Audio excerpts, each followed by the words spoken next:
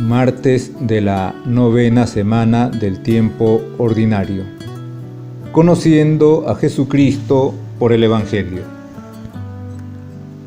Lectura del Santo Evangelio según San Marcos, capítulo 12, versículos del 13 al 17.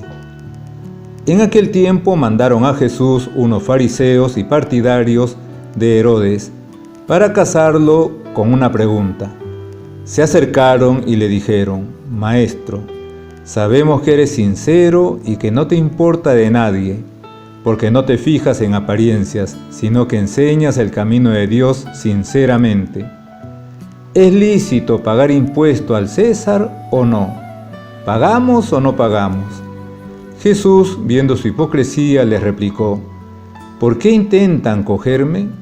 Tráiganme un denario que lo vea. Se lo trajeron, y él les preguntó: ¿De quién es esta cara y esta inscripción? Le contestaron: del César. Les replicó: lo que es del César, páguenselo al César, y lo que es de Dios, a Dios. Se quedaron admirados. Palabra del Señor. Gloria a ti, Señor Jesús. El Evangelio que acabamos de escuchar nos invita a considerar la profunda dignidad del hombre que ha sido buscado y amado por Dios para ser su hijo, hijo de Dios.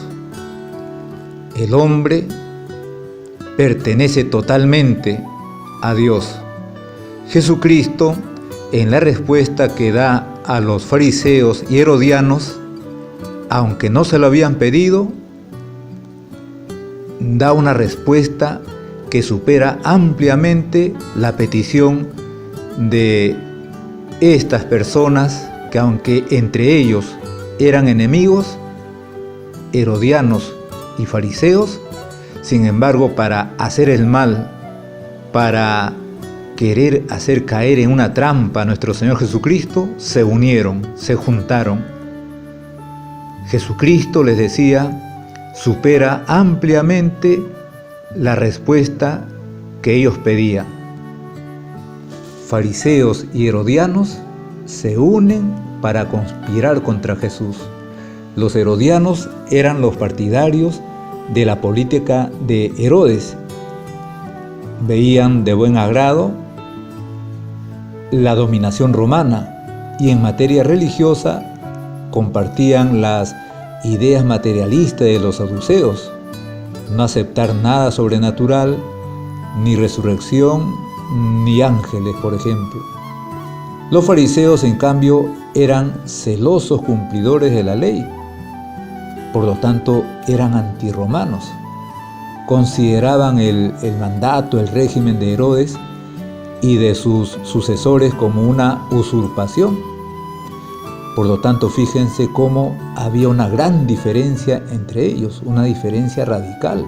Y sin embargo, para hacer el mal, para querer sorprender a Jesucristo en algún punto, en alguna respuesta con la cual pudieran hacerle caer, pues se juntaron.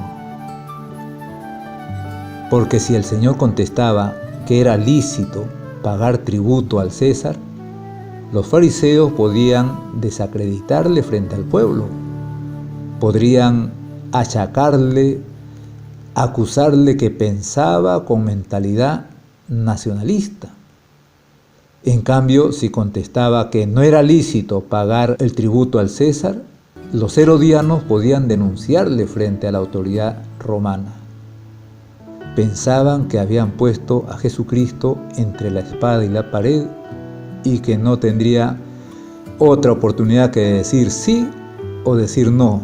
Y en todo caso, cualquiera de las dos respuestas era perjudicial para él, según el pensamiento de estas personas, fariseos y herodianos. Pero Jesús, ya lo hemos dicho, da una respuesta cuya profundidad ellos, herodianos y fariseos, no alcanzan a ver. Además, porque Jesucristo lo supera ampliamente, dando una respuesta que ellos no habían pedido. Dad al César lo que le corresponde, pero no más de ello, pues desde luego hay que dar a Dios lo que le corresponde, es decir, todo. No existe igualdad de nivel, pues para un israelita de aquellos tiempos, Dios lo trasciende todo, lo supera todo, lo traspasa todo. ¿Qué es lo que le corresponde al César? La tributación, que la necesita para la existencia del ordenamiento temporal. ¿Qué es lo que hay que dar a Dios? Para un israelita de aquellos tiempos, los mandamientos, que implicaban la entrega personal y también el amor. Según ellos, el amor al prójimo, entendiendo como prójimo solamente otro israelita, otro judío.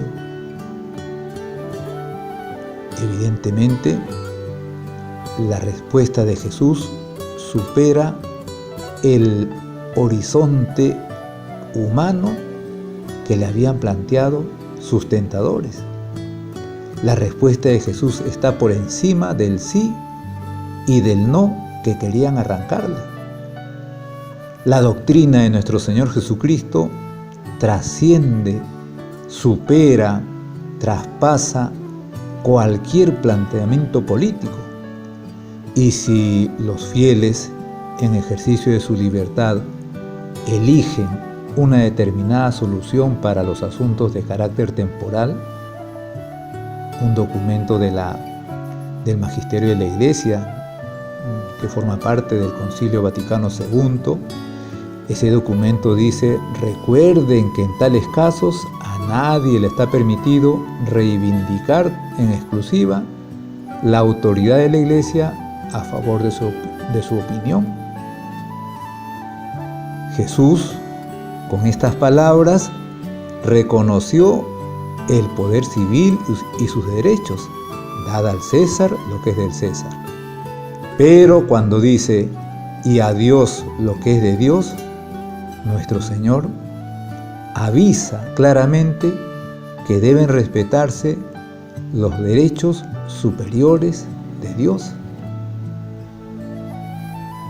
Dad a Dios lo que es de Dios, y de Dios es todo, menos el pecado.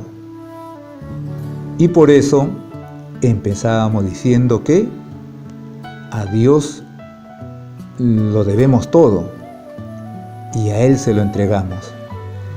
Y lo más grande que nos ha dado Dios es la condición de ser sus hijos, hijos de Dios. Por eso nuestro Señor, aprovechando ese planteamiento que le hicieron, esa pregunta que le hicieron, pues va a declarar que todo pertenece a Dios y que el hombre, su gran dignidad es que pertenecemos a Dios, porque Él nos ha hecho sus hijos. Hoy más que nunca hace falta resaltar esta gran dignidad del hombre, ser hijo de Dios, que es el fundamento de toda otra dignidad humana. La dignidad humana se fundamenta en la condición de hijos de Dios. Jesucristo, con esta respuesta, está diciendo: todo pertenece a Dios, especialmente el hombre, porque el hombre ha sido llamado a ser hijo de Dios. Por eso, este Evangelio nos permite renovar nuestra fe en Jesucristo, Dios hecho hombre, que ha dado su vida por nosotros y que nos ha reconciliado con Dios, nos ha devuelto la condición de familia de Dios, de hijos de Dios, y Él mismo nos ha llamado sus amigos, ustedes son mis amigos. Ya no los llamo siervos, porque ustedes son mis amigos. Les decía que este Evangelio nos permite renovar nuestra fe en Jesucristo, renovar también y recordar nuestra condición de hijos de Dios, pero a la vez también nos hace ver que esa condición de hijos de Dios es una tarea, es un trabajo, porque no basta solamente el título, soy hijo de Dios, sino hay que vivir como hijo de Dios, hay que actuar como hijo de Dios, hay que conducirse como hijo de Dios.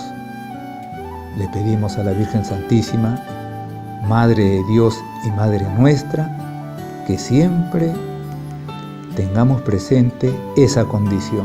Soy hijo de Dios, soy miembro de la Iglesia Católica, debo vivir como tal. Y le pedimos a la Virgen que interceda por nosotros. Que nuestro Señor Jesucristo les bendiga abundantemente, que la Virgen Santísima interceda por todos ustedes y que sus santos ángeles les protejan, les acompañen y les libren de todo mal. En el nombre del Padre, y del Hijo, y del Espíritu Santo. Amén.